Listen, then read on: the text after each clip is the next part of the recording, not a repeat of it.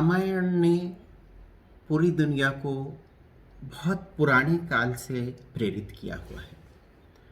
न सिर्फ राम ने प्रेरित किया है, लेकिन रामायण में या फिर कालिदास के रघुवंश में या फिर बुद्ध फिलॉसफी में या जैन फिलॉसफी में कुछ एक ऐसे किरदार है जिन्होंने हमें प्रेरित किया हुआ है, जिन्होंने इस विश्व को एक चेतना दी है और एक अभिमान दिया हुआ है। कुछ एक नाम लूँगा मैं और हम देखेंगे कि इन नामों में और श्री राम में क्या संबंध है। ऋषभदेव, भरत, बाण, विवस्वान, पृथु, वैवस्वत मनु, प्रसेनजीत, सत्यव्रत या त्रिशंकु, हरिश्चंद्र, दिलीप, भागीरथ, शिबी, दशरथ। अभी आपने दशरथ ये नाम सुनने के बाद और श्री राम ये नाम जोड़ने के बाद आपको पता चला होगा कि इनमें कुछ एक संबंध तो है। जैसे कि दशरथ श्री राम के पिता थे। तो ये जो मैंने सारे नाम लिए हैं, ये सूर्यवंश में आए हुए कुछ एक ऐसे किरदार और व्यक्तिमत्व है जो हमें प्रेरित करते रहे। आज हम जानेंगे श्री राम के वंश में ये जो महान व्यक्ति हो गए हैं, उनका और श्री राम के व्यक्तित्व पे कितना प्रभाव है उन सारे लोगों का और उनकी जीवन का। वैसे तो श्री राम के कुल को या वंश को सूर्यवंश से कहा जाता है, या फिर इक्ष्वाकु वंश कहा जाता है, या फिर रघुवंश कहा जाता है। तो सूर्यवंश इसलिए कहा जाता है क्योंकि विवस्वान जो सूर्य का एक 12 आदित्यों में एक आदित्य है, वो इस वंश में एक पूर्वज थे और उनके चलते इस पूर्ण वंश का नाम सूर्यवंश रखा गया। इस वंश में एक समर्थ ऐसे कर्ता आ गए जिनका नाम है भगवान ऋषभदेव। भगवान ऋषभदेव ये भगवान विष्णु के 24 अवतारों में एक है। वैसे तो आमतौर पर हम कहते हैं कि भगवान विष्णु के 10 अवतार है, परंतु भागवत पुराण या फिर अन्य पुराणों में विष्णु के 24 अवतार बताए गए हैं। तो विष्णु के 24 अवतारों में एक ऋषभदेव है। जब हम ऋषभदेव की जीवनी भी देख सकते हैं, वो जैन अभ्यास में या फिर जैन फिलॉसफी में वो प्रथम तीर्थंकर कहे जाते हैं। जो जैन है या फिर जैन फिलॉसफी में जो 24 तीर्थंकर है, उसमें से लगभग 22 तीर्थंकर तो ये इक्ष्वाकु वंश में ही पैदा हुए थे और इक्ष्वाकु वंश से उनका लेना देना था। तो भगवान ऋषभदेव ये एक पहले तीर्थंकर है जो जैन फिलॉसफी में आते हैं और उन्होंने दृढ़तापूर्वक ये सूर्यवंश को आगे बढ़ाया। ऋषभदेव को 2 पुत्र थे, एक का नाम था भरत और दूसरे का नाम था बाहुबली या फिर गोमटेश्वर या फिर कामदेव, इन नाम से जाना जाता है। वो एक पुत्र अर्थात गोमटेश्वर या बाहुबली की जो कथा है उसके लिए एक मैं और दूसरा वीडियो बनाऊंगा, क्योंकि उनकी कथा बहुत ही रोचक है। उन्होंने जो जीता था वो सब भरत को दे दिया। भरत एक चक्रवर्ती थे और ऋषभदेव के जो पुत्र थे भरत, उन्हीं के नाम पे अपने देश का नाम भारतवर्ष पड़ गया। तो ऋषभदेव के जो उत्तर काल में जब ऋषभदेव चले गए तो उन्होंने अपने जो भौतिक सुख है और जो 5 सेंसेस से जो भौतिक सुख मिलता है उनका त्याग कर दिया। स्पिरिचुअली इतने अपलिफ्टेड हो गए कि जैसे कि एक सामान्य व्यक्ति है जिसको कपड़े या फिर घर या फिर जो मटेरियलिस्टिक चीज़ें हैं उनकी ज़रूरतें हैं, वो भी ज़रूरतें उन्होंने त्याग करके उन्होंने अपना आचरण उत्तरार्ध में किया। उनके बाद थे भरत, जिनके नाम पर, जैसे कि मैंने कहा, जिनके नाम पर अपने देश का नाम पड़ गया भारतवर्ष। भरत का अर्थ ही है चौड़ी छाती वाला, यानी कि हम समझ सकते हैं कि वो कितने शूर थे। अर्थात ये जो सब मैं नाम दे रहा हूँ उनमें एक सुसूत्रता है कि इन सारे किरदारों में हम देख सकते हैं शौर्य है, सहनशीलता है, कारुण्य है और त्याग है। और ये सारे गुण हम श्री राम में भी देख सकते हैं। तो जेनेटिकली ही श्री राम ऐसे वंश में पैदा हुए थे जिधर शौर्य, सहनशीलता, कारुण्य और त्याग, इसके लिए ये वंश जाना ही जाता है। फिर आगे हम जब देखते हैं तो पृथु करके एक राजा थे इसी वंश में, जिनके नाम उन्होंने इस धरती पर किसानी या फिर एग्रीकल्चर लाया, और इसी के लिए जो जमीन उन्होंने की उसका नाम ही पृथ्वी पड़ गया। सो पृथु ने जिसको जिसको एक दूसरे पायदान पे रखा या फिर दूसरा रूप दिया, उसी को हम पृथ्वी कहते हैं। आगे जाके हम देख सकते हैं कि त्रिशंकु की एक कहानी आती है जहाँ पर सत्यव्रत नाम के एक राजा हुए इस वंश में। उनको सदैह स्वर्ग में जाना था। स्वर्ग में मरने के बाद जाते हैं, आत्मा ही जाती है, ऐसे भावना है या फिर ऐसा बिलीफ है। परंतु सत्यव्रत को सदैह ही स्वर्ग में जाना था। तो इंद्र के साथ उनका इंद्र तो ये मानने वाले नहीं थे। इंद्र जो स्वर्ग के राजा है, उन्होंने ये माना नहीं। वो अपने गुरु के पास चले, लेकिन उनके गुरु ने बता दिया कि ये शक्य नहीं है। जब गुरु वशिष्ठ ने सत्यव्रत को कहा कि ये शक्य नहीं है, ये नहीं हो सकता, ये मुमकिन नहीं है, तो वो गुरु विश्वामित्र के पास चले गए। विश्वामित्र गुरु ने ये एक अशक्य ऐसा और पराकोटि का ऐसा कार्य हम अपने पास ले लिया और उन्होंने यज्ञ करना शुरू कर दिया।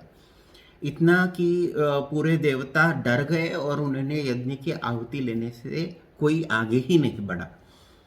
परंतु विश्वामित्र तो दृढ़ थे, तो उन्होंने सत्यव्रत राजा को ऊपर उठाना शुरू कर दिया सदैह स्वर्ग की तरफ। स्वर्ग का आरोहण करते करते जब इंद्र को ये पता चला, तो इंद्र ने भी उन्हें वापस पृथ्वी पर डालने की कोशिश कर दी। अब ये सत्यव्रत तो लटक गए, न ऊपर न नीचे। तो विश्वामित्र और इंद्र के होड़ में वो अटके रहे, इसलिए उनका नाम त्रिशंकु पड़ गया, क्योंकि वो अटक गए, न धरती पे, न स्वर्ग में, न नरक में, ऐसी अवस्था में वो पड़ गए। फिर विश्वामित्र का सामर्थ्य ही इतना ज़्यादा था कि इंद्र ने भी फिर मान्य किया और उनके लिए एक प्रति स्वर्ग निर्माण किया इस दुनिया में, जहाँ पे सत्यव्रत को रखा गया। ये एक कथा है, अर्थात इसकी सत्यता हम ऐसे देख सकते हैं कि इस वंश में या फिर इस वंश में जो भी लोग जुड़े हुए थे, वो इतने सामर्थ्यशील थे कि जिनके लिए वो पूरी दुनिया या फिर हम बोलते हैं ना, पूरी कायनात जब आती है तो वो काम करने लगते हैं। वैसे ही कुछ इस वंश के बारे में हम देख सकते हैं। आगे जाके हम देखते हैं हरिश्चंद्र राजा थे। अर्थात ये हरिश्चंद्र राजा ये दानशूर तो थे ही, सहनशील थे, परंतु त्याग की प्रतिमूर्ति ही थे। उन्होंने जितना एक सपने में विश्वामित्र गुरु को राज्य देने का वचन दे दिया और वो वचन निभाने के लिए पूरी अपना अस्तित्व ही उन्होंने दांव पर लगा दिया और फिर वो खो दिया और एक चांडाल बन के रह गए। अर्थात ये उनकी परीक्षा थी, विश्वामित्र गुरु ने ली थी है। परंतु हम देख सकते हैं कि एक सपने में दिए गए वचन की आपूर्ति के लिए एक इंसान चांडाल तक बन जाता है और हल्के काम भी करने लगता है, जो एक राजा था। तो त्याग की ये प्रतिमूर्ति तो है ही। आगे जाके हम देखते हैं भगीरथ, सगर पुत्रों को भगीरथ ने कैसे मुक्ति का मार्ग दिखाया। भगीरथ प्रयत्न करके ही एक भारत में फ्रेज मशहूर है। वो इसलिए है क्योंकि एक अशक्य कोटि का काम या फिर अशक्य प्राय कोई चीज़ है, तो वो जो कोई करता है तो वो भगीरथ प्रयत्न से करता है। भगीरथ ने जब गंगा को स्वर्ग से पृथ्वी पर लाना चाहा तो ये एक साधा काम नहीं था, ये सुलझा काम नहीं था। इसके लिए बहुत सारे उनको कष्ट लेने पड़े, बहुत सारा तप करना पड़ा, बहुत सारा त्याग करना पड़ा, अपनी अस्तित्व को भी ही उनको दांव पर लगाना पड़ा। शिव शंकर को उन्होंने प्रसन्न कर दिया। गंगा जब पृथ्वी पर आई, सगर बंधुओं तक जब वो मार्ग दिखा रहे थे गंगा को, तब जानु ऋषि बीच में आ गए। जानु ऋषि ने जब गंगा को रोक दिया, तब पुनः वापस एक बार उन्होंने तप किया और जानु ऋषि को ये एक आलोचना की कि गंगा को वो वापस पृथ्वी पर छोड़ दे। तब जानु ऋषि ने गंगा को वापस निकाला। इसीलिए गंगा का एक नाम है जाह्नवी, जो जाह्नू ऋषि की पुत्री, ऐसे, क्योंकि उन्होंने वापस उसको निर्मित किया या फिर वापस उसको विश्व को दे दिया। और फिर बाद में उन्होंने भगीरथ प्रयत्न से गंगा को पृथ्वी पर लाया। तो ये अब पुनः वापस एक बार देख सकते हैं कि इस इक्ष्वाकु सूर्य वंश में हम देख सकते हैं शौर्य, सहनशीलता, कारुण्य और त्याग भरे पड़े हुए हैं। आगे जाके जब हम और देखते हैं तो वहाँ पे एक राजा है दिलीप। तो दिलीप राजा के जो गुरु थे वशिष्ठ, उन्होंने एक गाय दी थी नंदिनी, उसकी देखभाल करने के लिए। तो दिलीप राजा ने देखा कि एक शेर आया हुआ है, एक सिंह आया हुआ है और वो नंदिनी नाम की गाय को खा रहा है। तो उन्होंने खुद के शरीर को उस शेर की तरफ देना चाहा, लेकिन गाय का रक्षण कर दिया। और एक हमें इस वंश के बारे में समझ में आता है कि न सिर्फ इंसान, न सिर्फ ह्यूमन बींग्स के लिए ये वंश लड़ा, तो ये जानवरों के भी लड़ा, जानवरों के लिए भी उन्होंने बहुत सारा त्याग किया हुआ है। ऐसे ही एक और राजा थे शिबी, जहाँ पे एक कबूतर आ गया उनके यहाँ पे और एक बाज आ गया। तो कबूतर ने तो शरण ले ली शिबी राजा के पास। तो बाज ने बोला कि ये कबूतर मेरा खाना है, और अगर मैं नहीं खाऊंगा तो फिर मैं मर जाऊंगा, और फिर मैं मरूंगा तो ये दोष आप पे लगेगा। तो शिबी राजा ने बोला कि ये कबूतर जो है वो मेरे आश्रय में आया है, तो मैं इसे आपको नहीं दे सकता। मैं एक काम करता हूँ, मेरे शरीर का मांस निकाल के जितना कबूतर का मांस है वो दे देता हूँ। अर्थात आगे जाके ये कहानी यहाँ तक चली गई कि शिबी राजा ने खुद को बाज को दे दिया, और फिर बाज इंद्र के रूप में था, वगैरह वगैरह। परंतु एक अधोरेखित करने वाली चीज़ वापस यही दिखती है कि ये वंश में जो पैदा हुए थे लोग, उन्होंने त्याग की भावना इनमें रची बसी थी। आगे जाके हम देख सकते हैं शौर्य इनमें ज़्यादा था। श्री राम जी के वंश को रघुकुल कहा जाता है। हम आमतौर पर ऐसे बहुत सारे बॉलीवुड मूवीज़ में भी हमने सुना है, या फिर तुलसीदास की चौपाई में भी सुना है, रघुकुल रीत सदा चली आई, प्राण जाए पर वचन न जाए। पुनः पुनः वही, ये पूरे वंश में यही एक रीत है कि प्राण जाए पर वचन न जाए। तो रघु राजा की भी जो कहानी है वो बहुत ही अलग सी है। रघु राजा ने विश्वजीत यज्ञ किया, पूरा विश्व जीत लिया, और जो भी आया वो उन्होंने लोगों में बांट दिया और खुद कफल्लक हो गए, खुद एक कुटिया में रहने लगे। तो इनके इस उदारता को देख के कौत्स्य नाम के एक ऋषि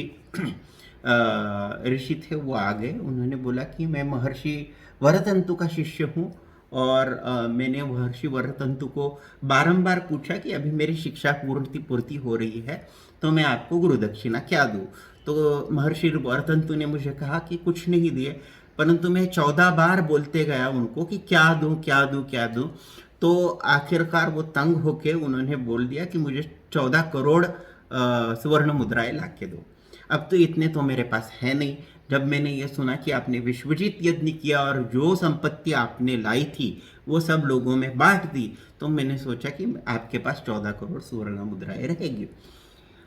रघु राजा ने उनको बता दिया कि मेरे पास अभी इतने पैसे तो है नहीं, परंतु आप चिंता न करें, आप याचक करके मेरे दरवाजे पे आए हो, आपको 14 करोड़ सुवर्ण मुद्राएं मिल ही जाएगी। तो उन्होंने उस रात को सोचा कि कुबेर की जो लंका है, कुबेर श्रीलंका ये कुबेर की राजधानी थी। फिर बाद में रावण ने कुबेर को निष्कासित किया और छीन के श्रीलंका अपनी राजधानी बनाई थी। तो कुबेर की लंका पर आक्रमण करने का रघु राजा ने निश्चय कर लिया। परंतु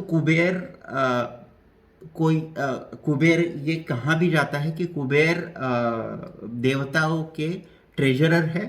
तो उनको पता चल गया कि रघु राजा अपने ऊपर आक्रमण करने आए हैं, तो उन्होंने उसी रात जाके भंडार में बहुत सारे पैसे रख दिया। अब जब रघु राजा को ये पता चला कि कुबेर ने पहले से ही पैसे ला के दिए हुए हैं, तो उन्होंने कौत्स्य ऋषि को बता दिया कि अभी आप ये पैसे लेके जाइए।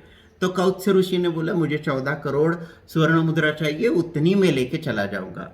तो फिर रघु राजा बोले कि नहीं, ये जो है पैसे वो मेरे नहीं है, मैंने आपके लिए लिए, लेके जाइए। तब ले लीजिए, दे दीजिए, इसमें करके जो बचे हुए पैसे थे उनको उन्होंने अपना जो साम्राज्य था और अपने जो एक प्रजाजन थे उनमें बांट दिया। और उसी दिन से जो दशहरे का सोना लूटना एक महाराष्ट्र में एक पद्धति है, वो शुरू हो गई, क्योंकि इसी दिन वो किस्सा घटित हुआ। तो रघु राजा ये भी शौर्य, सहनशीलता, कारुण्य और त्याग के प्रतिमूर्ति थे। अब आते हैं दशरथ राजा। दशरथ इसका अर्थ ही है जो दशों दिशाओं में जो घोड़े दौड़ते हैं उनको अकेला संभालने वाला। यानी कि दश दिशा यानी कि अष्ट दिशा तो है ही, ऊपर और नीचे ये पकड़ के 10 दिशा हो गए। तो 10 दिशा में जो कोई भी एक अपना शत्रु है उसका पारिपत्य करने के लिए जो प्रसिद्ध थे, ऐसे दशरथ राजा थे। अर्थात जब हम इस वंश में देखते ही है कि हर एक राजा का पूर्व अंग और उत्तरांग जब देखते हैं उनके जीवन का, तो पूर्व अंग शौर्य, सहनशीलता से भरा हुआ है और उत्तरांग कारुण्य और त्याग से भरा हुआ है। और मुझे कहीं ना कहीं ऐसा लगता है कि जब हम राम जी की बात करते हैं तो राम जी में हम शौर्यता देखते हैं, सहनशीलता देखते हैं, करुणा देखते हैं और त्याग देखते हैं। तो ये तो जेनेटिकली ही उनके पास आए हुए हैं। आगे जाके हम बुद्ध फिलॉसफी में भी देखते हैं कि बुद्ध इसी वंश में पैदा हो गए। हम पुनः एक बार वही प्रस्थापित कर देते हैं कि पूर्वार्ध में उनका शौर्य सहनशीलता में बढ़ा और कारुण्य और त्याग ये उत्तरांग में उनके जीवन में देखा जाता है। यही हम बहुत बार जैन धर्म के 24 में से 22 तीर्थंकर जो इक्ष्वाकु वंश में ही पैदा हुए उनके जीवन में भी देख सकते हैं। तो ये थी इक्ष्वाकु वंश के कुछ राजाओं की छोटी सी कहानियाँ और छोटे से किस्से। विस्तृत रीति से हम इन कहानियों को या किस्सों को देख ही सकते हैं, परंतु मेरा ये प्रयत्न था कि हम थोड़ा सा जान ले कि रघुकुल कौन है, सूर्यवंश क्या है या फिर इक्ष्वाकु वंश क्या है और उनकी धारणाएं क्या थी। नमस्कार। रघुकुल रीत सदा चलिया।